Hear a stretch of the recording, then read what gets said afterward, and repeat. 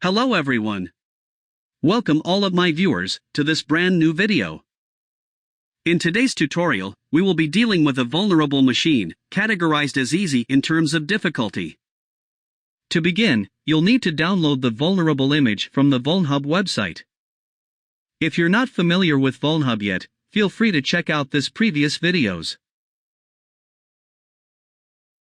After you've successfully downloaded the image, it's time to set up the server using VirtualBox, which is a straightforward process. Firstly, launch VirtualBox. Go to the File menu, and select Import Appliance. Import the downloaded OVA file. Browse your computer to locate the download file. Now, click Next. Review the appliance details and settings. You can keep the default settings or make adjustments based on your needs. Click Finish to begin importing. Once the import is done, the Evilbox 1 vulnerable machine will appear in the VirtualBox Manager. Select the virtual machine and click Settings, and change the network adapter to host-only adapter. Make sure that both your Kali Linux machine, which is used for performing attacks, and your vulnerable machine must be connected to the same network. Once the setup is done, it's time to start the virtual machines.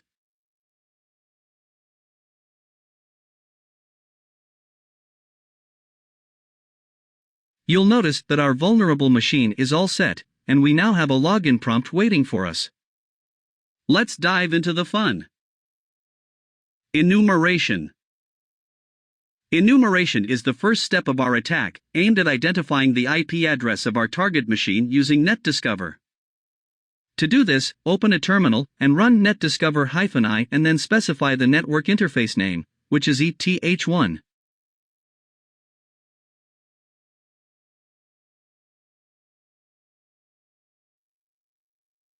From the scan result, we have obtained our target IP address, which is 192.168.95.115. Next, we perform a network scan to detect what ports are open.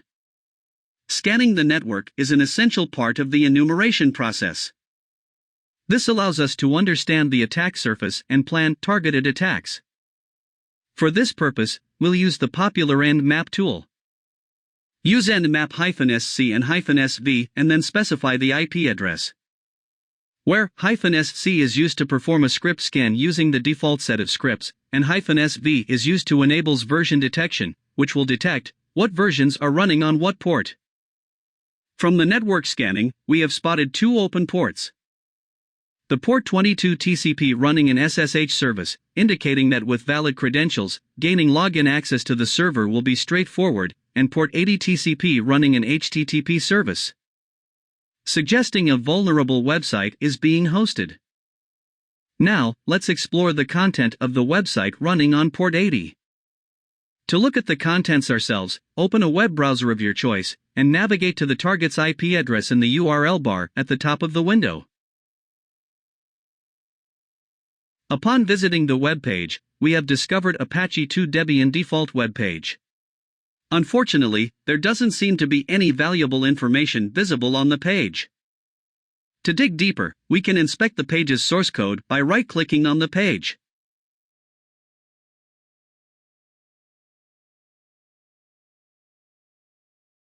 There is nothing valuable information.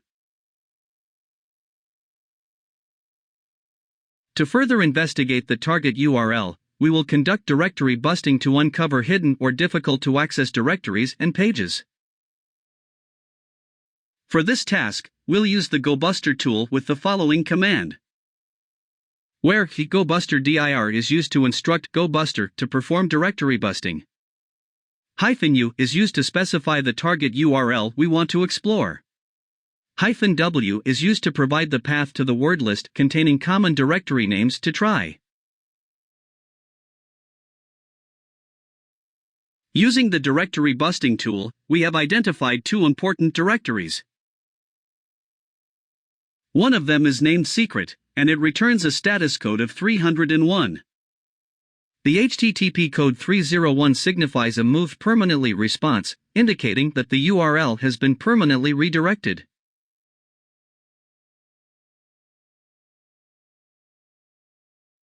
Upon exploring the secret web directory, we encountered an empty page. Let's enumerate further to gather more information. To gather more information, we can view the page's source code by right-clicking on the page and selecting the View Page Source option. Unfortunately, we haven't come across any useful information at this point. However, our investigation is ongoing, and we may need to explore further to uncover potential vulnerabilities or sensitive data. Let's continue our investigation by using Gobuster to perform directory busting, which helps us uncover hidden or challenging to access directories and pages.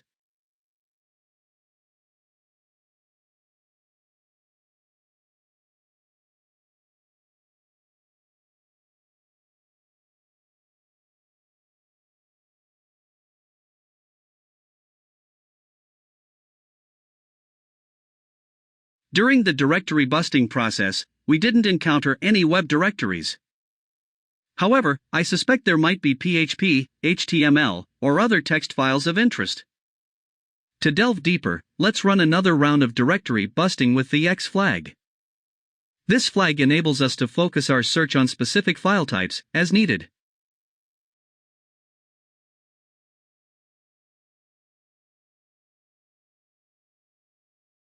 Upon completing the modified directory busting, we made a significant discovery. We stumbled upon a web page named evil.php with a status code of 200. The status code 200 indicates that the request was successful, and the web page's content is available in the message body.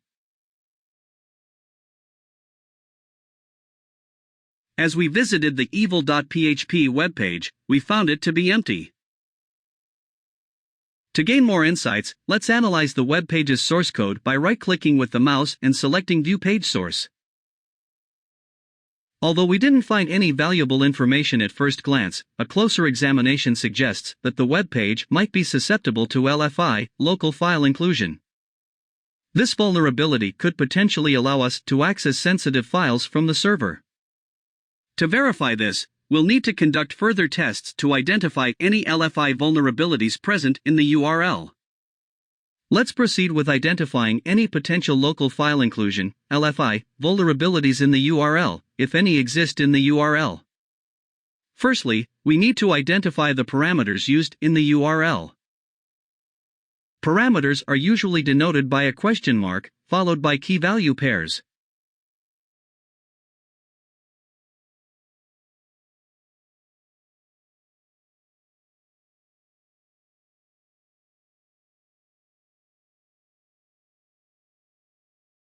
After manual testing, we have not yet successfully gained any valuable information.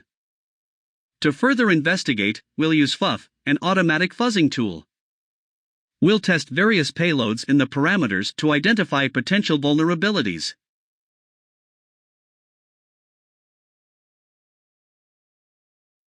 Use the following command to perform fuzzing against the specified URL.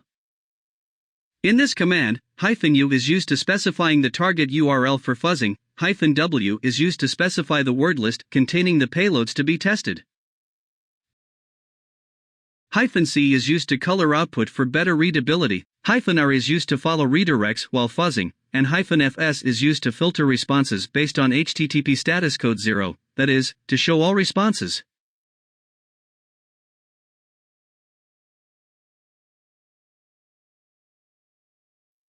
Upon completion of the fuzzing, we discovered that the target URL is vulnerable to LFI, and the output parameter is command. Now, let's return to the web browser and test the newly discovered parameter.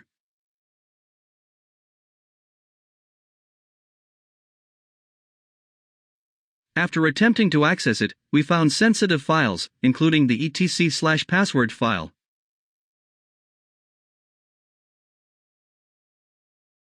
After examining the contents of the etc/password file, we came across a username associated with the vulnerable machine, namely Marie. From the Nmap, we have discovered that the vulnerable machine has port 22 open with an SSH service, which means, by obtaining both the username and password would provide us with foothold access to the server. As we don't currently possess a valid password, we need to explore alternative methods to access the vulnerable machine through SSH. Fortunately, we have identified a potential approach utilizing the ID RSA file. SSH Secure Shell relies on key-based authentication, and having the ID RSA file grants us a significant advantage. This file contains the private key necessary for authentication without requiring a password. By leveraging this private key, we can potentially gain access to the SSH service running on the vulnerable machine.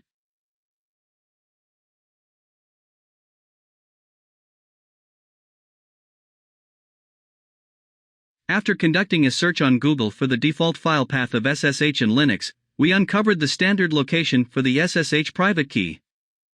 This valuable information enables us to target and access the private key associated with the SSH service on the vulnerable machine. Armed with this knowledge, we can proceed with our efforts to gain entry into the system. Now, with the intention of accessing the SSH private key, we can confidently navigate to the user's home directory. It is common knowledge that the .ssh file, which houses the SSH private key, is often stored within the user's home directory. By accessing this location, we are one step closer to obtaining the crucial private key required for SSH access to the vulnerable machine. Upon reaching this path, we successfully discover the SSH private key. To preserve its contents, we copy the key and paste it into a text editor, saving it with the filename ID RSA.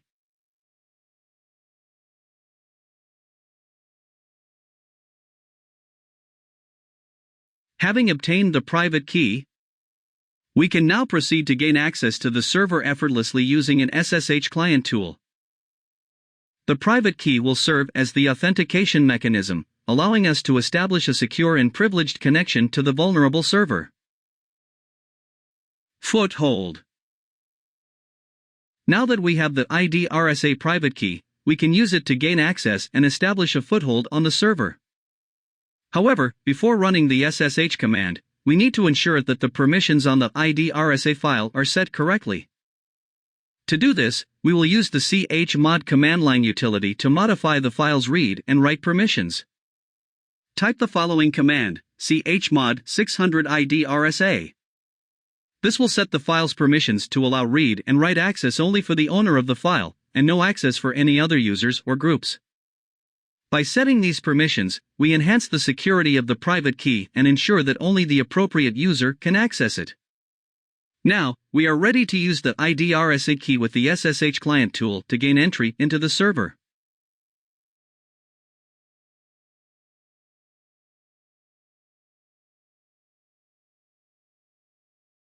Now, we encounter a challenge as the private key requires a passphrase, which we don't know. However, we have a potential solution by attempting to brute force the passphrase using a password cracking tool called John the Ripper. You might be familiar with the process if you've watched a tutorial or video on cracking SSH keys.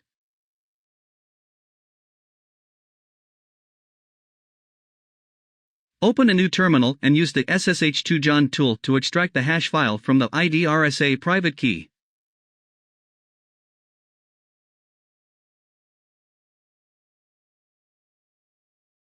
Next, type John followed by the hash file path and specify the rocku.txt wordlist using the --wordlist equals flag. Upon executing the command, John the Ripper will start its password cracking process. If successful, it will provide us with the passphrase for the private key, which will give us the access that we need. Now that we have successfully obtained the passphrase for the private key, let's make another attempt to establish an SSH connection. As you can see, we have gained access to the Evilbox 1 vulnerable machine. To proceed further, let's locate the user flag, which is typically found in the same directory. You can use the ls command to verify its presence. Once you identify the user flag, you can utilize the cat command to view its contents and accomplish the next step in our exploration. As you can see, we have successfully obtained the user flag. Now, our main focus now is to acquire the root flag. Upon navigating to root directory to obtain the root flag, we need root permission. It appears to be like that. We lack the necessary permissions to access the root directory. Therefore, let's proceed with privilege escalation to elevate our privileges and gain access to the root flag. Privilege escalation. During privilege escalation, the first step is to gather information about the system and identify potential vulnerabilities or misconfigurations that could allow us to elevate our privileges to gain access to the root level.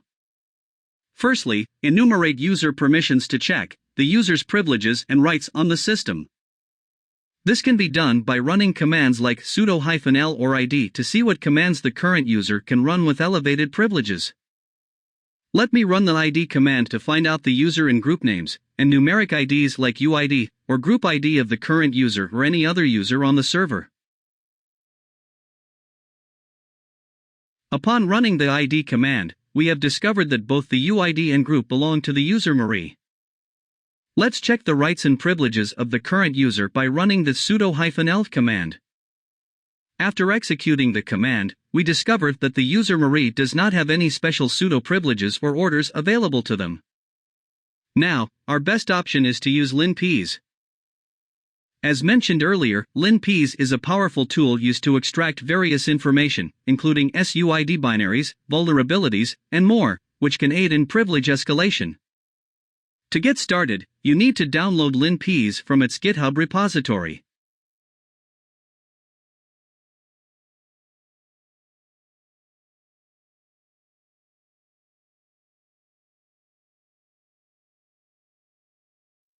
Once you have LinPEAS, initiate a Python 3 HTTP server.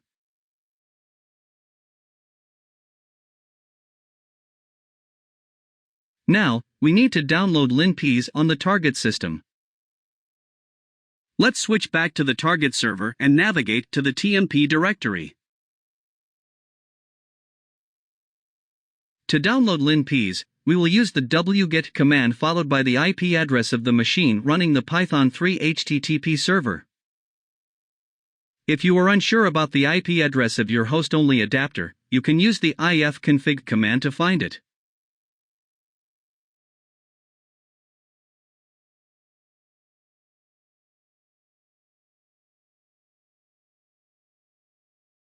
After successfully downloading LinPEAS on the attack server, we can use the ls command to check if the file exists. Now, let's verify if LinPEAS has the necessary execution permissions. It appears that LinPEAS lacks execution permission at the moment. We can grant the required permission by using the chmod +x linpeas.sh command.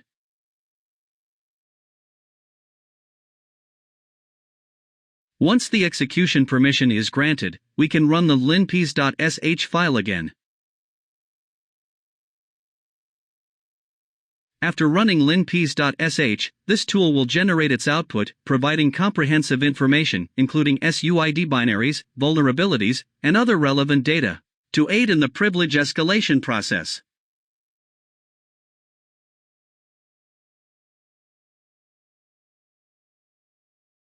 After analyzing the LinPEAS output, I made a significant discovery: the etc/password file is writable. This presents an opportunity for privilege escalation as we can modify the password file. By adding a new username and password, we might be able to elevate our privileges and gain higher access on the system. To do this, we'll use the opencil command line tool to generate an encrypted password for the new user. First, we'll display the contents of the password file by typing cat followed by the file path. Next, we'll have to copy the structure of the root user and paste it into a text editor.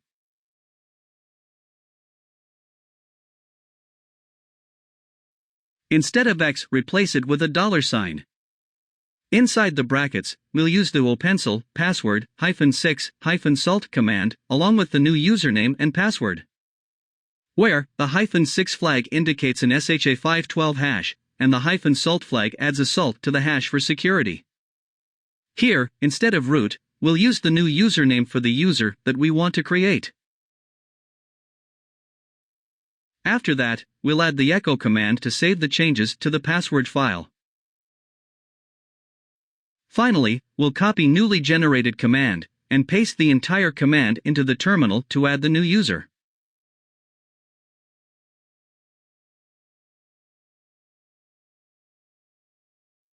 With the newly created user, we can now switch to root privileges by running the su command. Once we have successfully gained root access, we can verify it using the whoami command, which should display root as the current user. Now that we have root privileges, we can access the root flag. To check if the root flag exists, simply type the ls command. Once confirmed, we can use the cat command to view the contents of the root flag. By doing so, we have successfully acquired the root flag, indicating that we now have full control over the system. If you have any questions or doubts, feel free to leave a comment in the comment section below. I'll be happy to help and address any inquiries you may have.